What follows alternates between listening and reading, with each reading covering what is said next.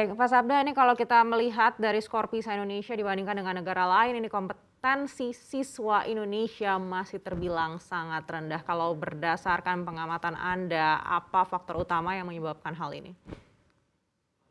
Oke, pertama sebelum kita menganalisa kenapanya, pertama saya mau nekanin dulu, kenapa sih kita mau ngikutin standar PISA internasional ini ya? Karena gini, pertama, walaupun itu standardized test, tapi ini tuh penting untuk menjadi indikator fundamental skills ya. Apa itu fundamental skills? Bayangin kalau misalnya itu sebuah pohon ya, keilmuan kita sebuah pohon, fundamental skills itu berada pada level akar dan batang utama. Jadi kalau kita mau memiliki keilmuan dari sisi batang-batang dan daun-daun yang bagus, ini fondasinya harus kuat banget. Dan PISA tes ini mengukur standar itu gitu ya. Dari mathematical skills, verbal skills, dan kemudian satu lagi science ya. Penalaran realitas lah kita bilangnya. Bukan sekedar pengetahuan tentang sains. Jadi ini sangat-sangat penting. Kenapa kita setuju bahwa oh ini tuh bagus untuk menjadi standar, apa kita memiliki kecerdasan umum yang memadai lah untuk menghadapi tantangan berikutnya ini gitu. Itu satu. Jadi kita harus jelas dulu why kita mau ngikutin ini, kenapa nih ini penting ya. Yang kedua, memang ada berbagai macam faktor ya. Yang pertama itu memang bagaimana cara kita naik kelas nih. Ya, bayangkan kita naik kelas ini, kita dari kelas 1, kelas 2, misalnya skor 70% penguasaan materi udah bisa naik kelas. Sebenarnya masih ada kebolongan dikit kan ketika naik kelas itu 20%, 30% bolong. Dan ini ketika terus-menerus diakumulasikan ke kelas lebih tinggi, sebenarnya banyak siswa yang nantinya ketinggalan. Ya, kalau masternya belum sampai 100% ketinggalan setelah 5-6 tahun, akhirnya banyak ketinggalan. Nah, ini mesti learning gap ini harus dipecahkan dan itu terwujud gitu ya, tercermin dalam skor PISA kita. Nah, berikutnya lagi yang ini yang menurut saya ini paling penting mungkin ya, adalah bahwa memang sejarahnya kita tuh dalam berpendidikan, kita cenderung yang definisi pinter ini banyak tahu. Jadi banyak banget pelajaran-pelajaran kita itu mengandalkan hafalan. Jadi sekedar tahu ini, sekedar tahu itu, tahu banyak macam-macam. Kalau analogi pohon tadi, kita tahu ngumpulin daun-daun ini. Nah, tapi kita sangat kurang bagaimana fokus pada how to think, bukan soal what to think ya, apa yang kita tahu, tapi bagaimana mengenal pikirannya ini. Nah, ini yang belum ditekankan, dan sekarang baru sekarang kita mulai menekankan bahwa fokus pada berpikirnya bukan cuma tahu doang, tapi bagaimana memikir ini sehingga semua yang kita tahu ini menjadi relevan ya.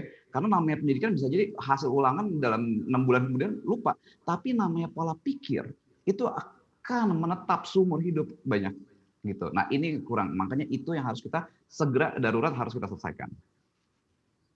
Baik, lalu khususnya di tengah pandemi ini ya, seperti apa nih mempengaruhi kegiatan belajar mengajar kita? Memang dengan pandemi ini agak sulit ya.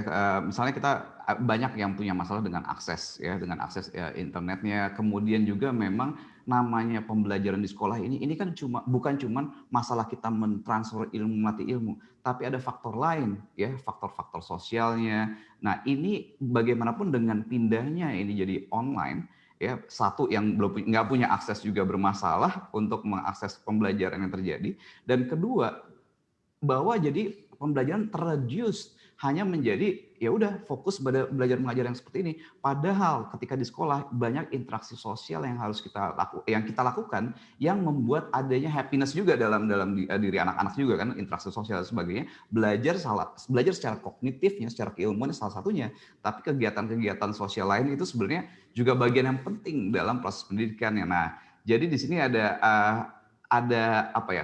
ketika mereka kekurangan hal itunya ya, ada impact-nya juga dalam proses pembelajaran mereka, dan terjadilah ya learning loss yang besar. Jadi di sini riset sudah dari seluruh dunia memperlihatkan bahwa ada learning loss yang terbesar gara-gara pandemi, yang untuk Indonesia sendiri selain learning loss udah ada learning gap yang pernah terjadi sebelumnya dicampur dengan ini, jadi kondisinya memang cukup memprihatinkan gitu. Jadi kita harus bareng-bareng lah untuk solve this problem gitu.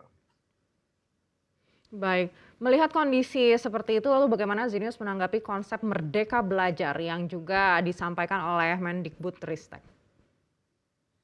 Iya, ini kita sangat sangat beruntung sekali ya bahwa sekarang kita punya Mendikbud yang inovatif, punya gebrakan-gebrakan yang penting ya, bahwa merdeka belajar itu Mas Menteri juga sudah menyebutkan tadi kan, bahwa ini kita bukan lagi berfokus pada pengetahuan tahu banyak. ya, tapi bagaimana menumbuhkan ya thinking skills, important fundamental skills yang tadi udah kita simak kita bicarakan tadi, bahwa ini kita fokus pada thinking skills-nya, bagaimana anak-anak berpikirnya gitu. Nah, ini kenapa Zenius beruntung? Karena dari sejak 2004 kita berdiri ini memang fokusnya untuk bagaimana menumbuhkan mengembangkan fundamental skills ini di anak-anak, bahkan di semua umur gitu. Karena ini menjadi ya itu tadi fondasi kuat lah, ini penting banget untuk menjadi urgency yang paling penting, bukan sekedar pengetahuannya. Dan yang serunya bahwa fundamental skills ini sebenarnya kan cara berpikir dan sebagainya ini bisa kita pelajari atau bisa kita latih melalui berbagai macam keilmuan ya. Kita nggak harus terpaksa, harus belajar tahu itu segala macam secara detailnya, tapi ilmu-ilmu itu hanya menjadi media untuk kita melatih kemampuan kita dalam critical thinking, analytical thinking, creativity, inovasi dan sebagainya. Dengan proses Merdeka Belajar tadi, ya, dengan konsep Merdeka Belajar ini, bahwa anak-anak jadinya punya kebebasan untuk mereka bisa mengeksplor ya sesuai dengan minat mereka, tapi dengan koridor ya thinking skills yang bagus, mengembangkan thinking skills dan fundamental skills yang bagus tadi gitu. Baik Pak Sabda, ini kalau kita lihat salah satu masalah yang ada di Indonesia ini adalah learning gap begitu yang ada di masyarakat. Tanggapan Zenius seperti apa? Ya, nah Zenius ini dalam sekarang ini udah bertransformasi menjadi istilahnya AI first company lah, AI first company. Kita secara integrated memakai teknologi AI ini dalam proses pendidikan kita.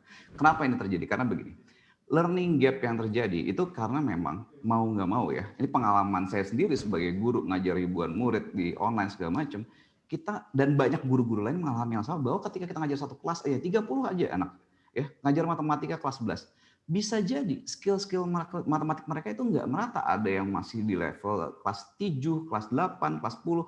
Kita mau ngajar suatu konsep ini, ternyata kan namanya matematik itu sifatnya akumulatif ya skillnya. Ya, namanya fundamental skill ini akumulatif. Kita mau ngajarin hal ini, tapi ternyata basicnya mereka belum ada. Dan ini sulit jadinya harus menangani anak satu-satu.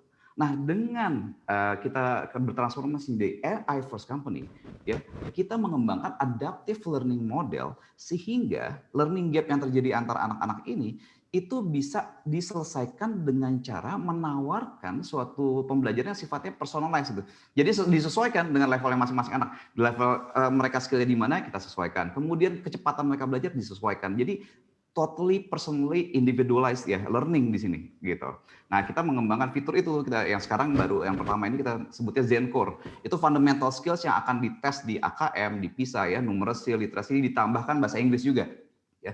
Sementara 3 ini dan itu personalized. Ini untuk semua kalangan, semua umur, dari nol bisa, dari yang udah jago, dia akan disesuaikan segala macam. Nah, itu yang kita coba, dan dalam kondisi pandemi yang mungkin anak-anak bosen gitu belajar online terus-terusan, kita buat sebagaimana mungkin supaya anak-anak ini ketagihan gitu. Nah, kita bikin mirip sebagai game, jadi kesannya mereka bermain-main game, tapi sebenarnya di dalamnya it's a personalized learning dalam bentuk yang memperkuat fundamental skills tadi. Ya, itu yang kita lakukan saat ini.